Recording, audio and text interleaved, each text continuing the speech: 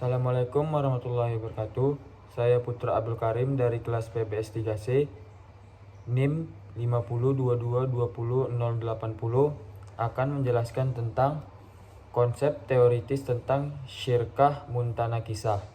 Pembahasan 1. Pengertian syirkah muntanakisah. Musyarakah muntanakisah merupakan produk turunan dari akad musyarakah, yaitu bentuk akad kerjasama dua pihak atau lebih. Musyarakah dengan kata lain disebut syakirah, secara bahasa berarti percampuran. Dalam hal ini, mencampurkan modal dengan modal satu dengan yang lain sehingga tidak dapat dipisahkan satu sama lainnya. Menurut Sayyid Sabiq, syirkah adalah akad antara pihak yang berserikat dalam hal modal dan keuntungan. Sementara muntanakisah berasal dari kata yatanakishu,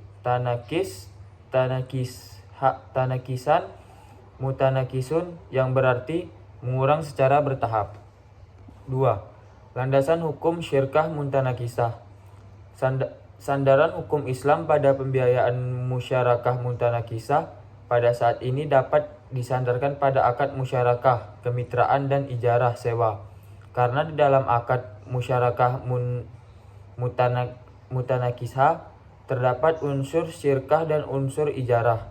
Landasan tersebut terbagi menjadi 4, yaitu Quran Surat Al-Ma'idah ayat 1, yang artinya, hai orang-orang yang beriman, penuhilah akad-akad itu. Ayat di atas menjelaskan bahwa siapapun yang melakukan perjanjian, maka mereka berkewajiban untuk bertanggung jawab atas perjanjian tersebut. 2. Quran Surat Syad ayat 24, yang artinya, dan sesungguhnya kebanyakan dari orang-orang yang berserikat itu, sebagian mereka berbuat zalim kepada sebagian yang lain kecuali orang-orang yang beriman dan mengerjakan amal saleh. Ayat di atas menjelaskan bahwa diperbolehkan praktik akad musyarakah, saling bersekutu atau partnership. Bersekutu dalam konteks ini adalah kerjasama dua atau lebih pihak untuk melakukan sebuah usaha perniagaan. B. Al-Hadis. Hadis riwayat Abu Daud dari Abu Hurairah. Dari Abu Hurairah, ia merafakkan kepada Nabi. Beliau bersabda, sesungguhnya Allah berfirman, saya adalah pihak ketiga dari dua orang yang berserikat. Selagi salah satunya tidak mengkhianati temannya, apabila ia berkhianat kepada temannya, maka saya akan keluar dari antara keduanya. Hadis di atas memberikan pemahaman bahwa dalam melakukan kerjasama harus amanah dan tidak boleh ada yang saling menjatuhkan antara pihak terkait. 2. Hadis riwayat Ibnu Majah dari Ibnu Umar. Dari Ibnu Umar radhiyallahu anhu, ia berkata, Rasulullah SAW bersabda, berikanlah kepada tenaga kerja itu upahnya sebelum kering keringatnya. Hadis di atas menjelaskan bahwa setiap mempekerjakan seseorang wajib memberikan upah atas jasa yang telah ia berikan, yaitu berupa upah atau imbalan.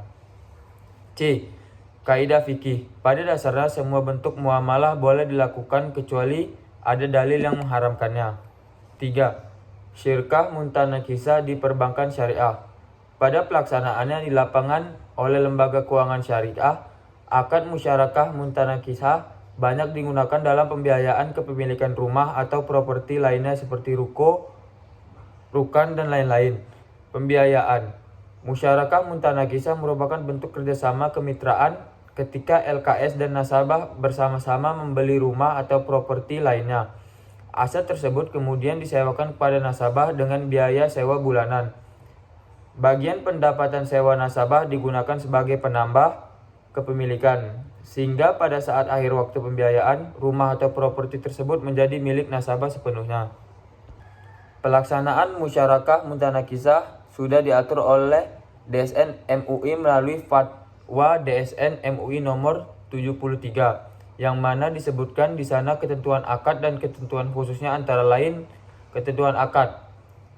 A. Akad musyarakah muntanakisah terdiri dari musyarakah, syakirah, dan ba'i, jual beli. B.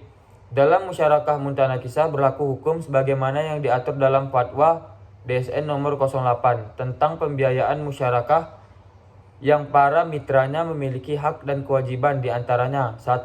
Memberikan modal dan kerja berdasarkan kesepakatan pada akad. 2.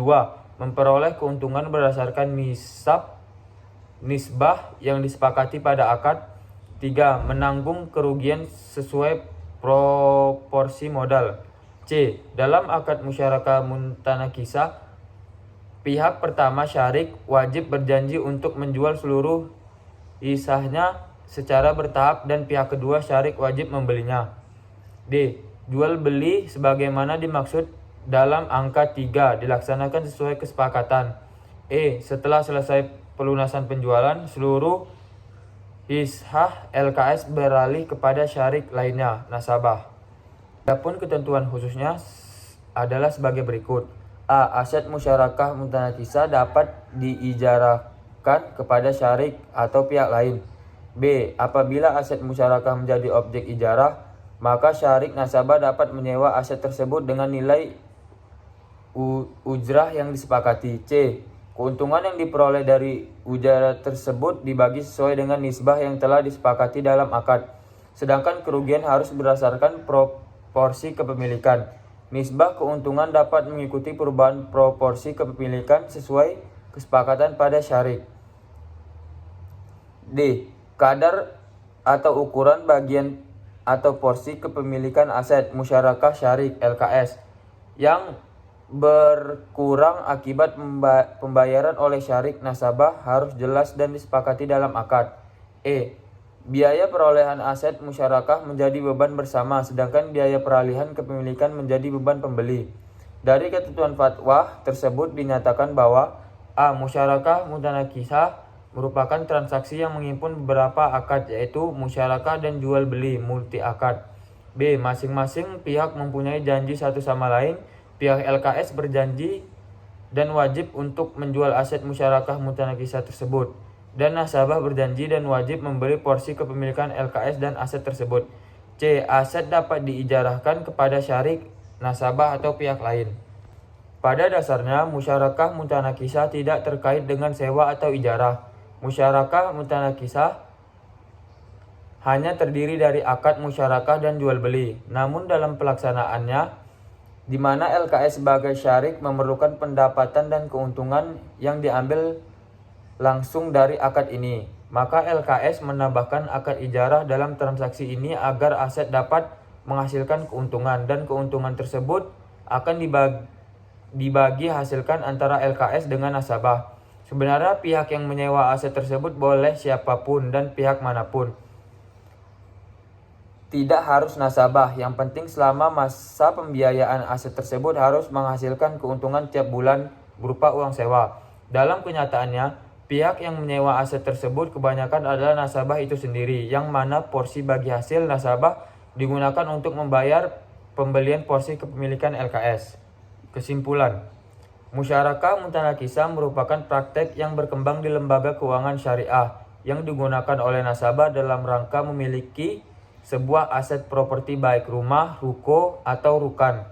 Dalam prakteknya, transaksi ini merupakan sebuah transaksi multi akad, al-uqud al-murakabah, yang di dalamnya terhimpun 3 akad, yaitu akad syariah antara LKS dan nasabah untuk membeli aset, akad ijarah untuk nasabah yang menyewa aset tersebut, dan akad jual beli karena nasabah secara bertahap membeli porsi kepemilikan bank hingga akhirnya nasabah memiliki aset tersebut secara penuh. Adapun bagi hasil dari uang sewa aset yang diperlukan oleh nasabah digunakan untuk nasabah untuk membeli porsi kepemilikan LKS atas aset tersebut. Saja yang dapat saya jelaskan tentang konsep teoritis tentang syirkah mutanakisah. Assalamualaikum warahmatullahi wabarakatuh.